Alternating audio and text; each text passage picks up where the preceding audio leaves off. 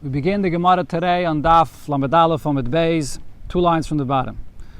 Niktam Reisha. It said in the Mishnah a lulav where the top of it was cut off. That's puzzle. Amar Rav Huna, so Rav Huna explains, Leishanu ele niktam. So we only learned in the Mishnah if it was cut off. Aval nizdak. If the top leaf is split, then kosher. Then it will be kosher. Fragt the Gemara, but v'nizdak kosher? If the top leaf is split into two, is it kosher? But Vatanya, we learned in the Braise the following halachas about lulav. Lulav kofuf, a lulav that's bent at the top. Rashi says it's bent like a agmain, which is like a fishing rod that's bent at the end, or like a person that's hunched over. So the lulav is bent over. There are different interpretations in the Rishonim exactly what this bent means. Does it mean that like the whole entire lulav at the top bends, or even that little bit at the top, if it like knots up and it's not completely straight at the end? That's also considered to be kofuf, perhaps. Another case, kavutz, a lulav that has thorns coming out of the spine. Saduk, a lulav that the leaf is split at the top. Akum daima lemagel, if the lulav is curved, so much so that it looks like a sickle. Puzzle, these are all puzzle. Charus, a lulav that's hard like a stick. Like the Rashi says, over time the leaves fall off and it becomes hard like a stick. Puzzle. If it's only similar to being hard, in other words, it only began becoming hard, but it's not really fully hard yet, then kosher. So one of the things it said in this brayse that's puzzle is saduk. If the top leaf is split open, so how could Rav Huna say that it's kosher? Rav Papa explained, it depends to what extent it's split open. The Ovid kehimnik. In this brayse, it's speaking about that it's split open like a himnik, which is a kind of utensil that a sefer uses that's made in a Y shape. It separates in two sides. Over here as well, if the leaf at the top is split to such an extent that it's like a Y, so then it looks like this lulav at the top had like two spines, then it's going to be puzzle. Akum daima lemagel. So it said in the brayse that if it's curved similar to a sickle, it's puzzle. Omar Rav explains, le'amaran ela lefanov. This is only if it curves to the front of the lulav. The spine is at the back of the lulav, and then you have the front of the lulav on the opposite side. So if it's curved to the other side of the spine, to the front of the lulav, then it's possible. Avola acharov, but if the lulav is curved to the back of the lulav, where the spine is, then it's not an issue. Briyasahu. This is how the lulav grows. It's natural. Amar Rav Nachman says, Litzdodin Kilefanov. If the lulav curves to the side, so then it's like it's curving to the front and it's puzzle. Kilefanov dami. V'amri, others say the opposite. Kila'achrav dami. If it curves to the side, it's like it's curving to the back where the spine is, and it's kosher. V'amarav, another lacharav said, Hai lulava, a lulav, the salik, bechad, hutza, that only has leaves on one side of the lulav, and the other side is totally empty. Bal mumu, it's not a regular lulav, it's blemished, upasul, and it's puzzle to use for the mitzvah. It said in the Mishnah, nifritzu olav. If the leaves were torn out, it's going to be puzzle, but if the leaves were nifridu, separated, then it's kosher. Amar Rav Papa, nifritzu, what does nifritzu mean? The avid leiki chufya. He made it like a broom. The leaves that were torn out, he tied it back together, and then that's like it could be used that way as a broom. So in such a case, lulav in such a way is puzzle. Nifridu means the ifrid frudi. The leaves are connected to the spine of the lulav, but they're just spread out. Rav Papa asked the question, mahu. That middle leaf of the lulav that goes all the way up to the tip of the lulav begins with a spine, and then when the spine ends, the lulav doesn't end there. The spine turns into this leaf that's a double twin leaf that goes all the way to the top. So if that twin leaf is split all the way down to the shedra, into the shedra. That's what nechlaka atiyumis means according to Rashi. There are many pshatim in the Rishonim. What nechlaka atiyumis means, according to the Rambam, the Rif, it refers to all the leaves of the lulav, which are also made double, like a twin. So if the back of them are all opened up, that's what they learn it means, and many pshatim. So mahu, what's going to be the halacha? So let's go with Rashi's pshat. So according to Rashi, the nechlaka atiyumis means that this middle leaf is split all the way down to the shedra. So the Ritva explains the difference between what we're talking about here and the case of nezdak, when the top leaf is split, that Rav Huna was talking about before, and he said it's kosher, was over there he's talking about when a little bit of this leaf is split at the top, a miyut of it. So then he said it's kosher, unless it's split open like a hemnik, like a Y. But over here it's talking about that it's split all the way down into the shedra. Here is the question whether, as Tosfos says, the Gemara's question essentially is, do we compare this to a lulav that's nifritzu alav, that it's like torn out and it's puzzle, or it's just like nifridu that's spread open and therefore it's kosher? So the Gemara says, Toshema, Da'amar Rabbi Yechanan, Da'amar Rabbi Shua ben Levi, Nitla, Tiyomis, if this double leaf in the middle is taken out, puzzle. It's going to be puzzle. So my love, don't you think? So who adin nechlaka? The same thing should be if it's totally split open. It's like it's not there, it's like it's taken out. And then, as the Rishonim say, if it's split open, it may actually be worse. It looks worse than if it's taken out. So Gemara says, no, that's not the case. Nitlo shani, if it's taken out, that's actually worse, because now you're missing a part of the lulav. It's not a full lulav. Ikkedamri, others say, Amar Rabbi Yechanan, Amar Rabbi Shua ben Levi, and he clearly said as follows, Nechlaka hatiyumis, if the double leaf in the middle is split all the way down to the spine, Nasa kimi shenitla tiyumis, it's as if that part is removed from the lulav u'pasel, and therefore it's pasel. So he clearly said that this would be pasel, and this is the psak halacha, Nechlaka tiyumis is pasel. And if it's nistak at the top of miyut and it's not open kehemnik, it's going to be kosher, like Rav Huna said. However, the Ramah says, and the Alter Rebbe brings in Shulchan Aruch, that it's still a mitzvah min hamufchar to take a lulav that's completely closed all the way to the top. Once it's open, just even a tiny drop at the top, it could spread out from there and open more. So therefore, you should try to find the mitzvah min hamufchar, a lulav completely closed. Rav Yehuda said in the Mishnah that Rav Yehuda said that if it's spread out the leaves, so then you should tie it. Tanya, Rabbi Yehuda Mishum Rab Tarfon, Kapais Tamarim, when it says in the Torah, Kapais Tamarim, Kofos, you can read the word Kapais as Kofos, which means, Imhoya Parud, if the leaves were spread out, Yichvesenu, you should tie it together at the top.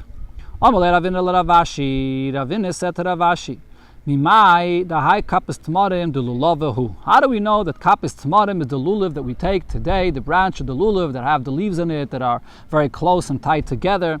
Maybe this refers to this branch on the palm tree at a much later stage, cherusa. When it's over time, over 2-3 years, it dries up completely and all the leaves of the lulav completely open up and spread out and it's hard like a stick. Maybe that's what the Torah wants you to take. That's the branch of the lulav. So the Gemara answers, no, but be'ina kofus veleka. But the Torah says kapais, which could also be read kofus, that you have to be able to tie it together, and you don't have that. In other words, even the Tanakama that disagrees with Rabbi Yehuda, that you don't have to actually tie it together when it spreads out, but it has to be soft enough leaves that are fresh that you could tie it together. Maybe this refers to taking a part of the trunk of the tree, and there it's one piece. It's kafos, it's one piece, so therefore maybe that's what the Torah means. So the Gemara answers, no, it can't be that either. Kafos, because when it says in the Torah kafos, to tie together, miklal, what does that mean? The ikeparo, that there are leaves here that are spread out, and it could be tied together. In other words, it's not just one piece. V'hai, kafos v'imid, this part of the trunk of the tree is intrinsically one piece. You're not tying anything together. So therefore that's not the lulav that the Torah wanted. But the Gemara still asks, maybe I should say kufra. Maybe it refers to kufra, which is also the branch of the lulav. They said this lulav, once it hardens, but not for such a long period of time that the leaves spread out to the extent that you can't maneuver it to tie it back together. The leaves do spread out, but you still could maneuver it and tie it back together. Maybe that's what the Torah refers to. Not when you have a lulav like we have it today, where the leaves are all together as one. Abai says, no, the Torah doesn't refer to that either, because it says, Rochel, Darchi, Noyam, the ways of the Torah are pleasant, Shalom, its pathways are peaceful. And over here, when you have this lulav that's spread out this way, so it becomes like thorns that could poke you. And the Torah does not want you to do a mitzvah in such a way.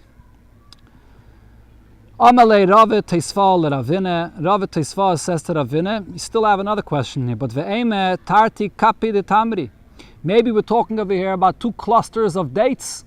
It's a date tree. Kapas Tamarim, it also means clusters of dates. So maybe Kapis Tamarim means 2 clusters of dates. That's the Mishnah. So the Gemara answers, Kapas Ksiv. It says Kapas on a singular term without a vav. That's how it's read. So therefore, it could be read that way. So therefore, it doesn't refer to 2 clusters of dates. Maybe it's 1 cluster of dates. So the Gemara says, no, 1 cluster of dates is not called Kapas. Ahu kaf karile.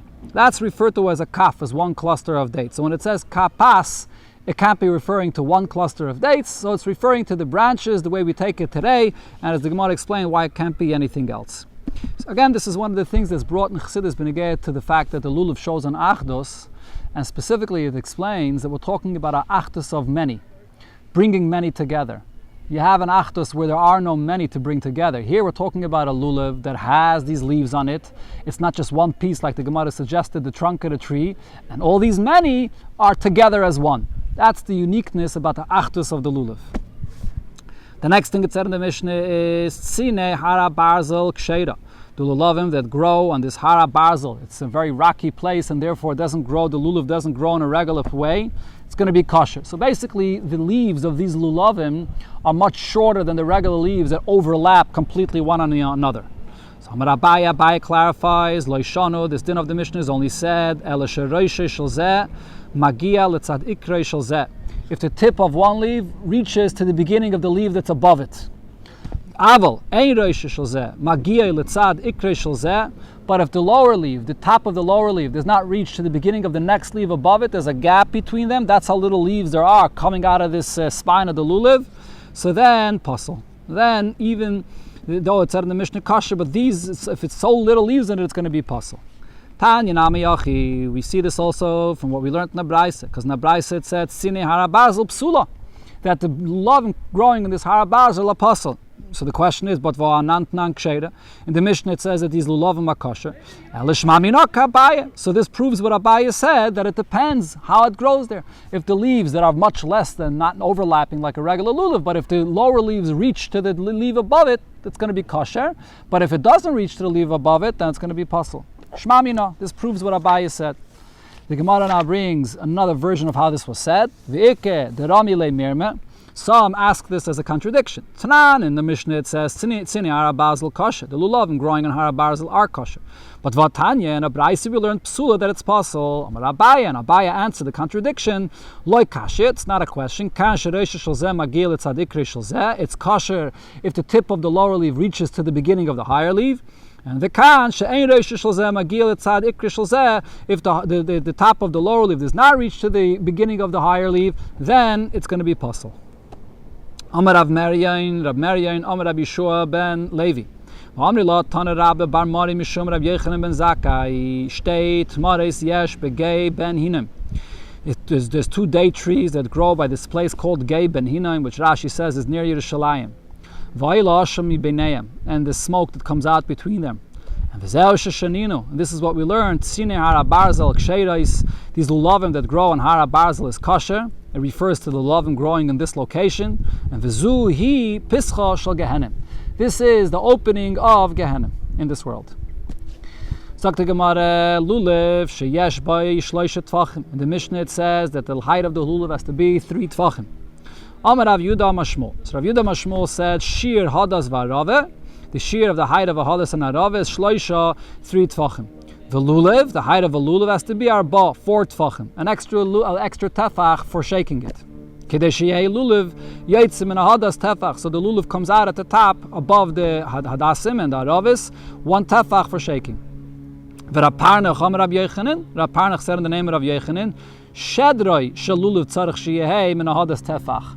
The lulav has the shedra, the spine, and then after the spine it continues in that leaf that goes all the way to the top.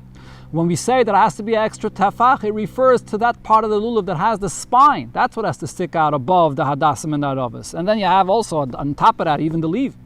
So it's even higher that the lulav has to be according to Rabbi Yechanan. Tanan, in our Mishnah we learned, what's the height of a lulav? Lulav sheyesh by gimel tfachim, kedei lenaneh by kosher. Lulav that has the height of 3 tfachim, to shake it is kosher. So what do you see here? You read the Mishnah simply, the height of the lulav is 3 tvachim. So it doesn't have to be taller than the hadasim and aravis that are also 3 tvachim. So this is a question on both opinions. So the Gemara answers, the way to read the Mishnah is, you have to have the height of 3 tvachim and an additional tefach to shake it. Kosher, then it'll be kosher. Markede islay or markede islay. Each opinion accordingly, whether it means that the leaves have to stick out, the leaves of the lulav stick out a tefach, or even the shedra of the lulav sticks out a tefach, plus the leaves above that. Toshema, bring you another ayah. It says as follows: Shir hades v'arav shloisha. The height of the hadasim and the aravis is 3 tvachim. V'lulev arba, and a lulav is 4 tvachim. My love, when it says that the lulav is 4 tvachim, don't you think it means bahadi alin, another 1 tefach? In other words, not that the shedra is a tefach and then in addition the leaves. The whole height of the lulav that sticks out, including the leaves above the shedra, is just a tefach, like what Shmuel said, not like what was said in the name of Rabbi Yechanan. So the Gemara answers, loy, you don't have to interpret that, but I said that way, levad me'olin. When it says that it's an additional tefach, a 4th tefach, that means the shedra. Besides the leaves that come out of the shedra, that's additional, higher than that tefach that sticks out above the hadasim and aravis. Guf. So here's this inyan itself. The Gemara brings the source of this machlekes. Shiur, hadas. So what we said before, the Gemara is not going to quote a machlekes on this. So the shiur of the hadas va'arave is shloisha. The height is 3 tvachim. V'lulev arba, and the lulev is 4 tvachim. Rab Tarfon says, Ba'ama bas chamisha tvachim, that the height is an amma made up of 5 tvachim. There's an amma of 6 tvachim, which is a larger amma. There's an amma of 5 tvachim, which is a smaller amma. It has to be the height of an amma of 5 tvachim. That's the simple pshat of what Rab Tarfon is saying. In other words, he's being much more machmer. He's saying that the height of the hadasim and aravis have to be 5 tvachim high. Amar Rave, so Rave says about this, Sharale Mare le Rab Tarfon. His master should forgive Rab Tarfon. The Eibusha should forgive Rab Tarfon. What's the issue here? Hashte ovais shloishalei mashkechinan. Not to find adasim which are ovais, which are like braided, the way it has to be, as we'll learn soon. To find proper kosher adasim braided in the length of 3 tvachim, it's very hard to find. Bas chamisha mibaya. It should be the height of 5 tvachim. Needless to say that that's impossible. So how is he giving such a kind of a shiur? So the Gemara explains, no, there are 2 different versions of how to understand what Rab Tarfon said, and according to both versions, he did not mean to be machmir to this extent, or in fact, he actually may have been coming to be more lenient. So Kiyasar Avdimi, when Avdimi came and he said, Omar, so he said as follows, yes, Rab Tarfon was a bit more stringent, but not a lot more. So what he was saying was as follows, Amma bas shishet tvachim. When you have an Amma, that's the regular size of an Amma, made up of 6 tvachim, Asay oisa bas chamisha. So take those 6 tvachim of that amma and make those tvachim larger, so it's going to be only 5 tvachim for that amma. So we're enlarging the tvachim here. So if you're enlarging it from 6 tvachim for an amma to 5 tvachim for an amma, so you're adding a 5th to every amma. So it's larger tvachim. Now, tzei mehen shloisha lahadas. 3 of those larger tvachim is the height for a hadas, and v'ashar, and the rest, another amma, another tefach, and a 5th will be lelulav, for the height of a lulav. So the Gemara now explains, what does this mean? So kama havu luhu. So how many tvachim is the height of a hadas? If you're looking at the size of regular tvachim, which are 6 tvachim for an amma, so how tall does the hadas have to be? Tlasa, it's 3 tvachim, or tlasa chumshi, and another 3/5. Because again, if you're measuring by larger tvachim, and when you enlarge them, then instead of it being 6 tvachim for an amma, it's 5 tvachim for an amma, so you're adding a 5th to every tefach. So for 3 tvachim, you have to add 3/5. So this is going to be 3 tvachim and 3/5 for the height of the hadasim, according to Rab Tarfon. So he was machmir just a bit, another 3/5 to add more than what it said before. But now the Gemara says, if so, it's going to come out that we have a contradiction here. Kashye, the Shmuel. There's going to be now a contradiction in what Shmuel said. Why? Because Rav Yehuda Shmuel over here, as we quoted before, Rav Yehuda said in the name of Shmuel, Shir Hades V'Arav Shloisha, that the amount of the height of the Hades and Arav is 3 tvachim. V'Hasam Ravuna Shmuel, and then there's another place that Rav Huna said in the name of Shmuel, Halacha Rab Tarfon, that we passing like Rab Tarfon. Now, according to Rab Tarfon, in the regular tvachim, the height of a hadasim is 3 tvachim and another 3/5.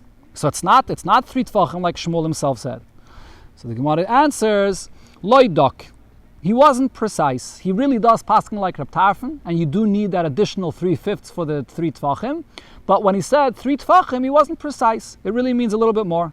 But the Gemara asks on this, as we had this question before in the Gemara, when could we say such a thing that he gave a shiur and he wasn't precise? L'chomre, if he wasn't precise and he said it to be stringent, even though it could have been less. But lekule mi amrina leidak, if you gave the shiur less of the amount that's required, and he was being lenient by not being precise. Do you ever say such a thing, that he wasn't precise and he's going to be lenient? The person's going to take the height of a hadas of only 3 tfachim, and it's not enough. It has to be 3 3/5. So you don't say that in the case of when it's being more lenient. So therefore the Gemara brings another interpretation, that actually Rab Tarfon was being more lenient. So when Ravin came, he said, Amma bas chamisha tfachim. What Rab Tarfon was saying was, if you have an amma, which is a smaller amma, as I mentioned, there's 2 kinds of ammas. There's an amma made up of 6 tfachim and an amma made up of 5 tfachim. So when you have an amma that's only made up of 5 tfachim, Asay oisa shisha, take those 5 tfachim and cut down those tfachim in size. It should be smaller tfachim, only 6 tfachim. It should be 6 tfachim, that is. So now you have smaller tfachim here. So now we're measuring the height of the hadassim with smaller tfachim. Instead of it being the regular size of tfachim, we're measuring what would usually go into an amma 5 tfachim. So now, in this same kind of amma, a small amma of 5 tfachim, cut those tfachim that it should be 6 smaller tfachim in that amma. And that's what we're measuring. So tzei mehen, so now from those 6 tfachim, shloisha lahadas. So 3 of those smaller tfachim is the height of a hadas. Va'ashar lelulav, and then another tefach of those smaller tfachim for a lulav. So the Gemara explains, Kame haveluhu. So from the regular tfachim, not the smaller tfachim, but from the regular tfachim, so how many tfachim does this come out to be? Treyu palge. It's 2.5 tfachim. Because if by these smaller tfachim, it's 6 tfachim for an amma, and you're saying that you only need 3, so that's a half amma. So if this amma is made up of 5 tfachim, so half of the 5 tfachim would be 2.5 ammas. So we're talking about a height of the regular tfachim, 2.5 ammas. So the question still remains, coming back now to the contradiction that there was in what Shmuel said, sof, kashiyat, the Shmuel, the Shmuel. At the end of the day, there'll still be a contradiction in what Shmuel said, because Shmuel said that the height of the hadassim has to be 3 tfachim. And in other place he said that we paskin like Rab Tarfon. And according to Rab Tarfon, with the regular tfachim, it comes out to be 2.5 tfachim, not 3 tfachim. So that's a question on Shmuel. So on this the Gemara answers, loydok. When he said 3 tfachim, he wasn't being precise. Really, it's only 2.5 tfachim. And v'haynu l'chomer loydok. And over here, he wasn't being precise, and he was being more stringent by adding another half a tefach. Because really Ravuna said in the name of Shmuel that the halacha is like Rab Tarfon, and 2.5 tfachim would be enough. Zok the Eilige Mishneh, hadas hagazel, a stolen hadas, v'ayavish, a dried out hadas, pasul will be pasul. Shel Ashera, from an Ashera, which is an Avodah Zarah tree, Shel Irani Dachas, a city that all people serve Avodah Zarah and it has to be burnt. Pasul is also pasul. Niktam Reisha, the top of the hadas is cut off. Nifritzu alav, if most of the leaves of the hadassim are cut off. Oishahayu anavav merubais me'alav. You have these grapes or these berries that grow on the hadassim, and you have more berries than the leaves on it. It's also pasul. V'miyaton, if he minimizes, if he removes these berries, kosher, then it's kosher. But ve'ein mematim b'yomtiv. You're not allowed to take them off on yomtiv because you're fixing it and making it fit for the mitzvah. It's like mesak and keli, which is not allowed to be done on yomtiv. Tana Rabbanon, in a Braise, we learned regarding how we know to identify what the hadas is. It says in the Torah, anaf eitz aves. What does this mean? She'anaf of chayfin es eitzai. That it has to be from a tree that the leaves completely cover the branch, the wood of the branch. Ve'ezehu, what is this? This is the myrtle branch that we use today, which is braided and it completely covers the wood that's of the branch inside. But if that's the only requirement that has to cover, that is the branch, so maybe it refers to an olive tree that also has long leaves and they reach one to another and they cover over the branch. So the Gemara says, no, but be'inon avais veleke. There's another condition, which is that it has to be like braided. It has to be made like a chain braided, and that you don't have regarding a olive tree. Frekte Gemara, but ve'emet dulve. If so, maybe it's a dulve tree, which is a tree that it does grow like a chain. It is braided. So the Gemara answers, no, but be'inon anafav chayfen eseitzai. It is braided. They do grow. The leaves are overlapping one another, and it looks like braided, but they don't reach one another. They don't completely cover the branch. And veleke. So you have both of these conditions. It has to cover the branch, that is, and it also has to be, these leaves have to be growing in one row, overlapping one another, to look like it's braided. Maybe it's a hirdov branch which does cover the branch, and it is made like it's braided, and therefore it has both conditions. Abaye answers, it says in the Torah that it has to be the mitzvahs of the Torah are pleasant, and this is something that is thorny, and therefore it can't be used for the mitzvah. Veleke, so it's not pleasant. Rava says, another pasuk, it says, the Eibusha loves truth and peace. And this hirdov tree is a poisonous tree, and therefore it's not truth, it's not peaceful, and you can't use it for the mitzvah. It's braided like a braid. It's like a chain. Zehu hodos. This is the branch of the hodos. When it says in the Torah anaf eitz avis, it means eitz shetameitza pirya shava, that the taste of the wood and of the fruit of it is the same. Havayim is a hodos. This refers to the hodos tree. Somebody showing him the Ritva questions this girsa because later the Gemara says this specifically regarding the esrig. Changes the girsa here, as you see here on the side of the Gemara in some Gemaras. Tane, we learned in the Braisa, eitz avis kosher, the tree that is braided is going to be kosher.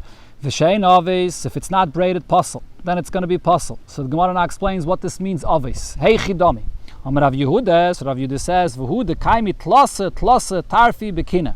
If you have three leaves that come out from the same, Rashi says it comes out from the same spot. Three leaves coming from the same spot. Tosfos says it's very hard to find, but we're talking about three leaves that grow on the same row, the way the halach is.